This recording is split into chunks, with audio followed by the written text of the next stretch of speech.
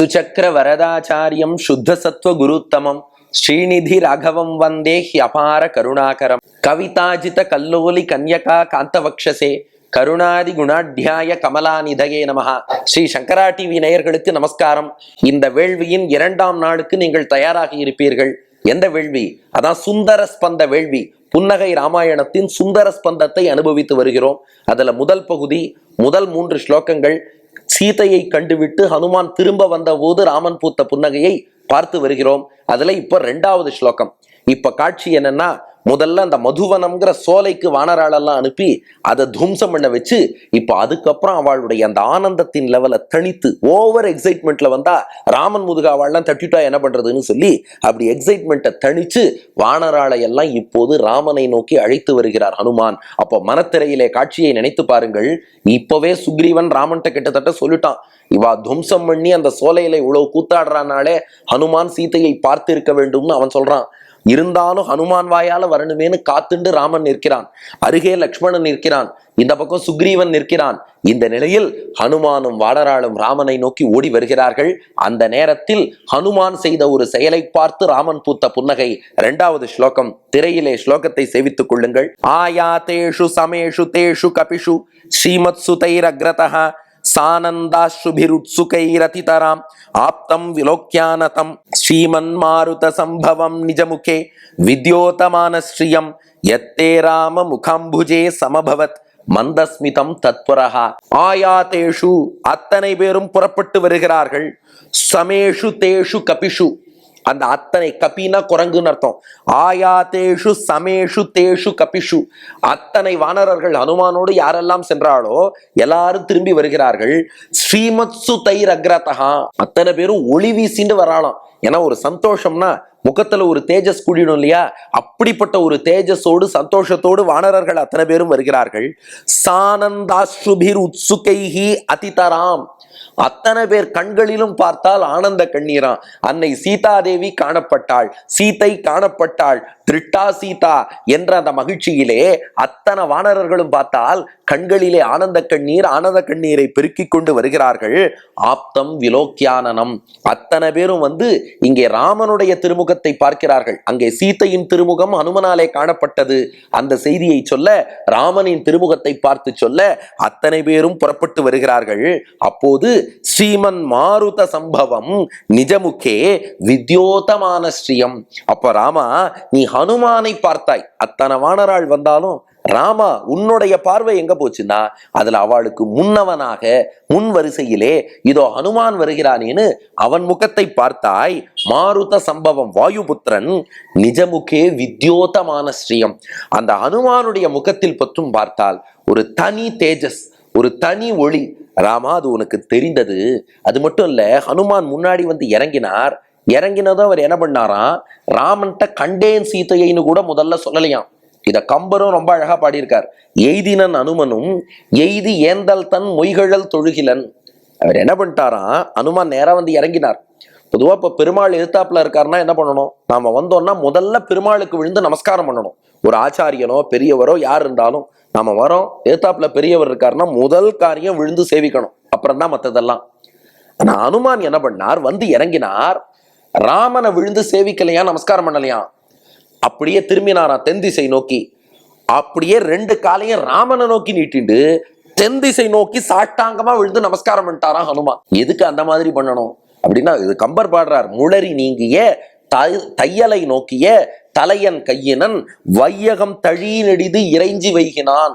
மொத்தமா கீழே சாட்டாங்கமா விழுந்து சீதைக்கு ஒரு நமஸ்காரம்னு விழுந்துட்டார். இது கிட்டத்தட்ட ராமனை நோக்கி கால்களை நீட்டிண்டு சீதையை நோக்கி தென் திசை நோக்கி ஒரு பெரிய நமஸ்காரம் பண்ணிட்டார் ஹனுமான். ஏன் அப்படி முதல்ல பண்ணார்னா, இந்த நமஸ்காரத்தின் வாயிலாக ராமனுக்கு ஹனுமான் உணர்த்தறாராம், தென் திசையிலே சீதை காணப்பட்டாள். சீதை எந்த நிலையில் இருக்கிறாள்னா விழுந்து சேவிக்கணும், தொழத்தக்க நிலையில் இருக்கிறாள். அதுவும் எந்த அளவு தொழத்தக்க நிலைனா, ராமா நீயும் சீதையும் ஒரே நேரத்தில் எதிரே நின்றால் நான் முதல்ல சீதையை சேவிச்சுட்டோம், அப்புறம் தான் உன்னை சேவிப்பேன்.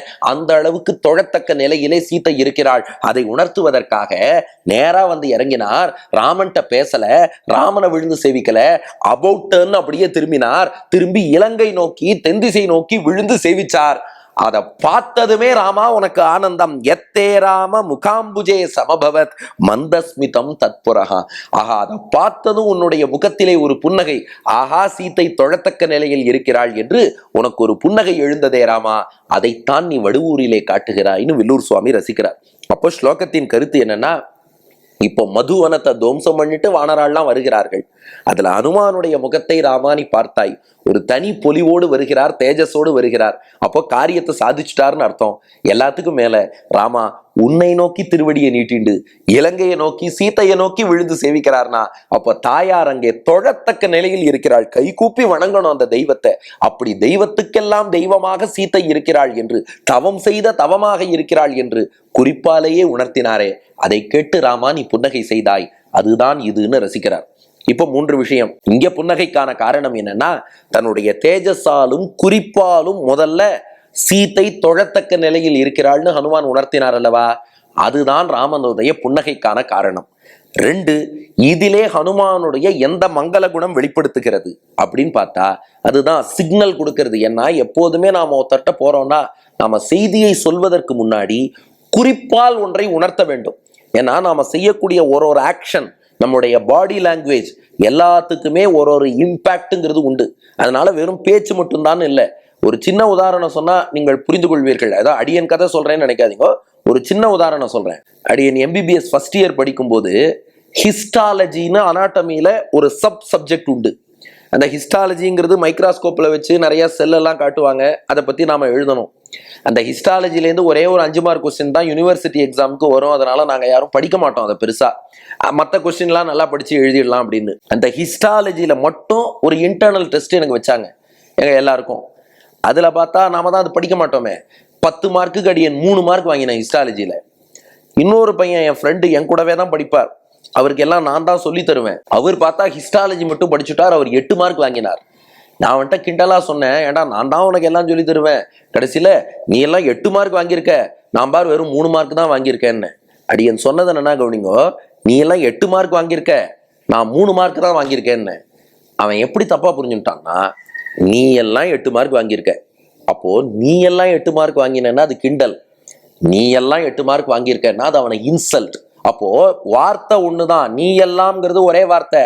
ஆனா அதை கொஞ்சம் மேல வசதி, நீ எல்லாம் மார்க் வாங்கியிருக்கப்பா அப்படின்னா கொண்டாடுறோன்னு அர்த்தம், நீ எல்லாம் மார்க் வாங்கியிருக்க அப்படின்னா இன்சல்ட் பண்றோன்னு அர்த்தம். அவன் மாத்தி புரிஞ்சுட்டு எங்கிட்டயே சண்டைக்கு வந்துட்டான். ஏடா நீ ஒழுங்கா படிக்கணும், அதை விட்டுட்டு எங்கிட்ட வந்து கேள்வி கேட்கிறியான்ட்டான்.